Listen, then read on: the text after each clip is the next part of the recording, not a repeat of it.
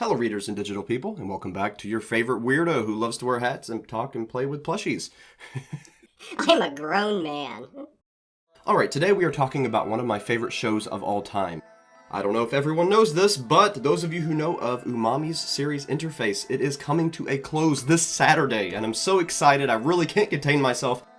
But the thing is, since it's, Saturday, and today, as I am recording it, is Thursday, I really don't have time to do a full dive, and I really wanted to give a final theory and final kind of dive into Umami's Interface, so I'm going to keep this mainly me just talking to you all, and do minimal effects, maybe some images, to give you all some idea of where in Interface I'm talking about the points I'm talking about. But I would like to give a little bit of an overview and a theory of how it's going to end, so let's get this started.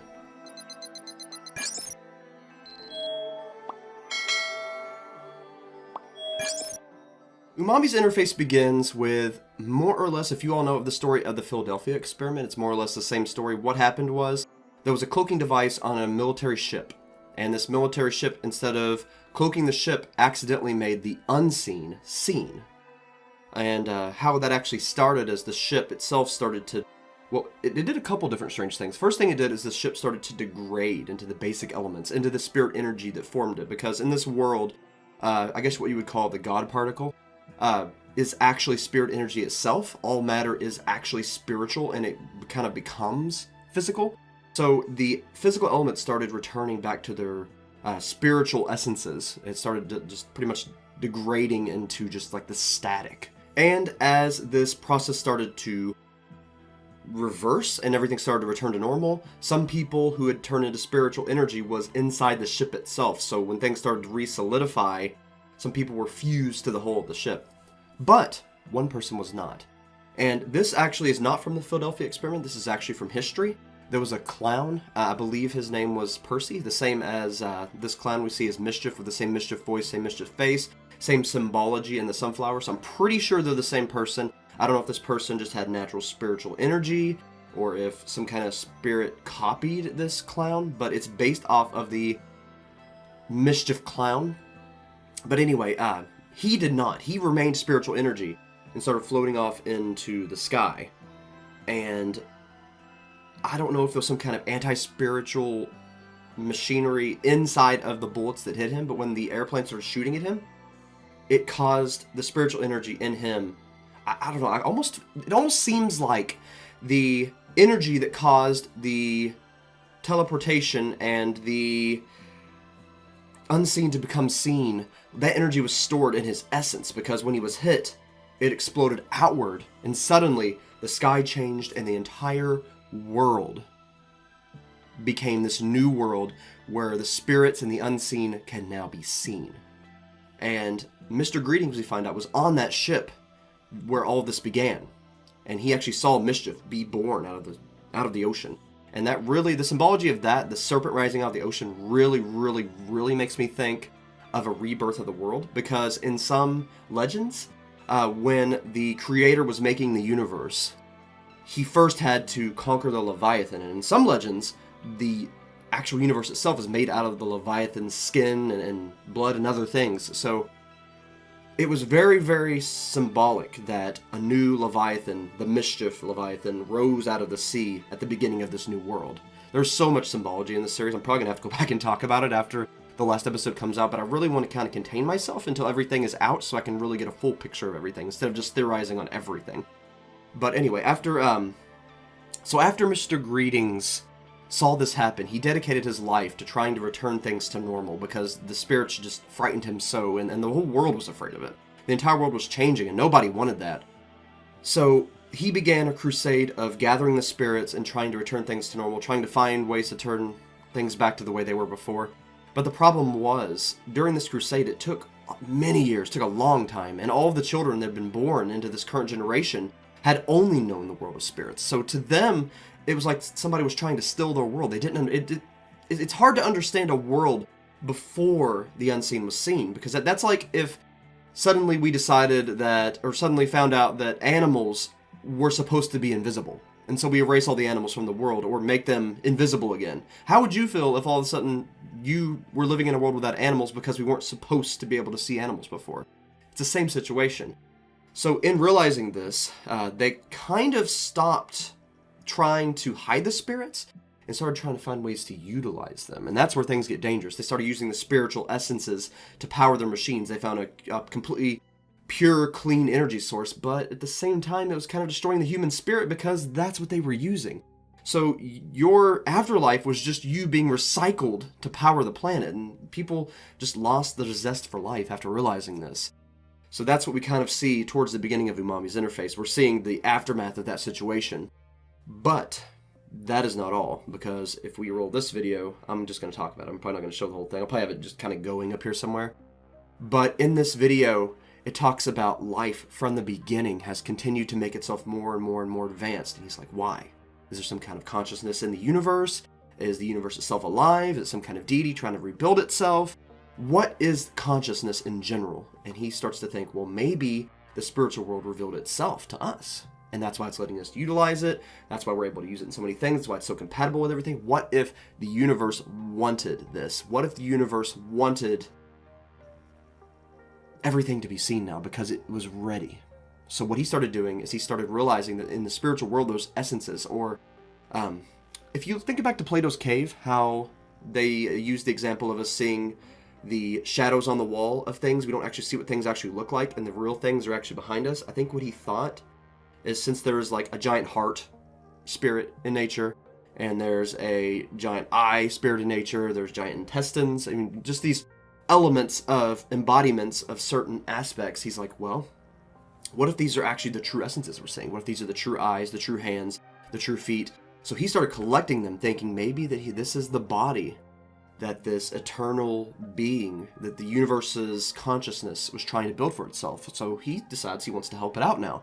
So he goes around, and the airship we see with the baby face on it, that's actually going to be the baby, the birth of this consciousness. So he goes around, he's collecting and turning it into spiritual energy so that he can form it into a full body, taking all of these spirits that embody the heart, the soul, the feet, just the embodiments. He starts collecting these embodiments. And Mischief is, since he's most of the time referencing food, I believe that he is actually like a spiritual intestines. It sounds weird, but I think he's a spiritual intestines. The octopus was a spiritual heart. The hand, the ghost, what we call the ghost, was the spiritual hands. And we see how they're actually able to utilize it. And Cammy, she's actually able to make copies and build houses. We're seeing them build the cities and everything using these hands. So they can definitely utilize them. So the problem is they can't find a universal consciousness. So I think that's honestly the reason they're looking for Henryk. I think they're wanting to put his consciousness into it because he said he could live on in the interface. So he's given all of these beings, all these people, a perfect virtual life inside the interface, but I'm not sure if maybe he wants to take Henryk and use his actual mind and spiritual essence and soul to, give this giant being a new soul. But I don't think that's the case because we've seen some hints that the actual head, the Cammy interface balloon, the baby, it actually has an AI in it. So I think that he has seen our advances into artificial intelligence, our intelligence leading into other intelligences, as in building computers, building artificial minds. I think he thinks that is actually the mind that this universal consciousness built for itself, because all the humans would share that, and they all put themselves into this AI, and he's taking the souls and putting them all together. I'm pretty sure that he thinks that all the souls in the universe will have to eventually be absorbed into this interface to give this being its full mind, full potential, but he's done that in an interface of its own that is an artificial intelligence that is absorbing these minds. So there's an artificial intelligence in the giant brain we saw, which is actually another spirit we find out because we see it being born when the nuke hit everything and hit Henryk and everything, and he, turned from a skeleton back into a person. We see that the brain was born at the same time. So that's actually another spirit that's in it. So I guess what he's doing is he's taking all the spiritual essences and the AI and putting everything into that brain to try to create this universal consciousness.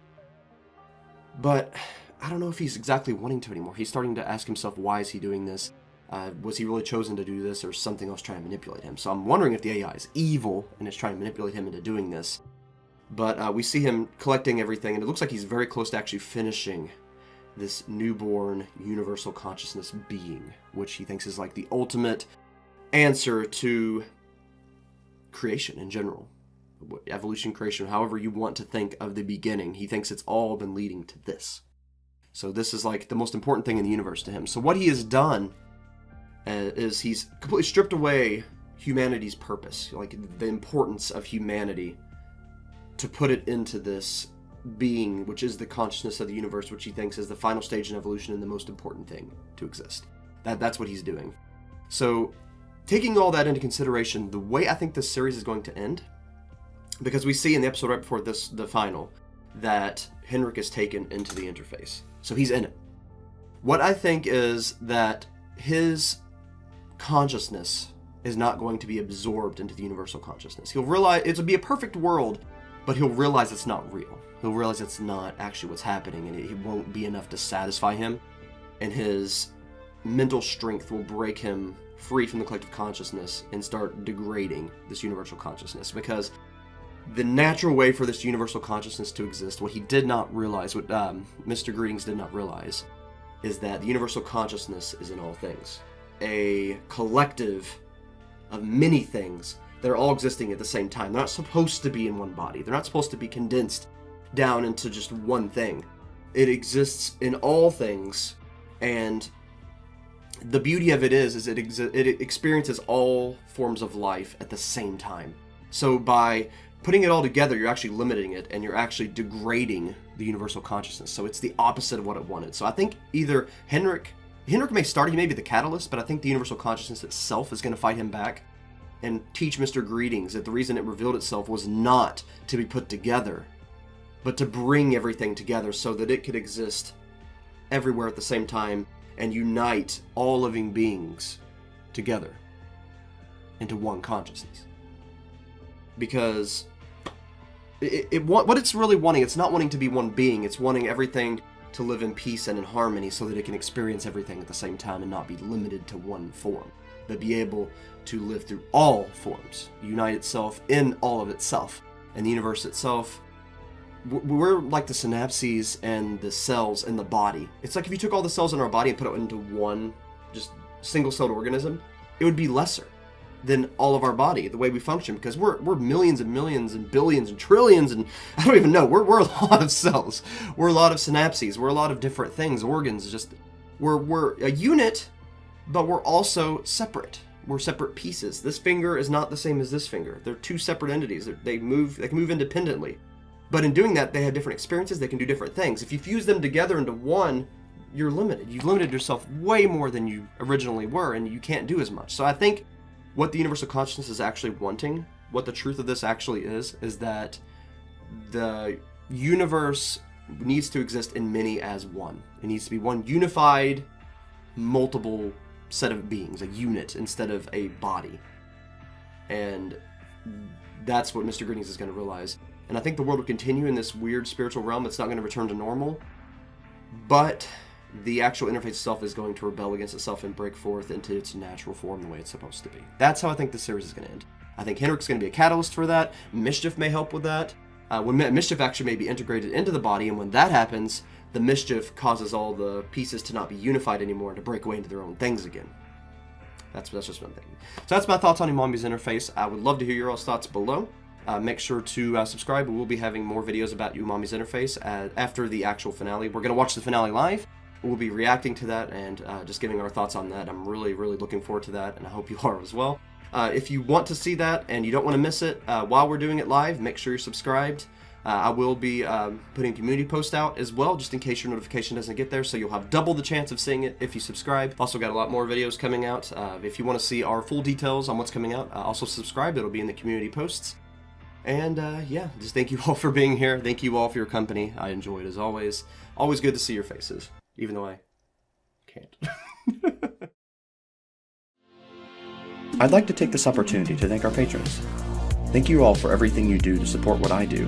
Investigator Zeus, Dobby's Music, Vexus, Jerry Mullins, Phantasm 7, and CNK114. Thank you all again for keeping this channel and my other projects going.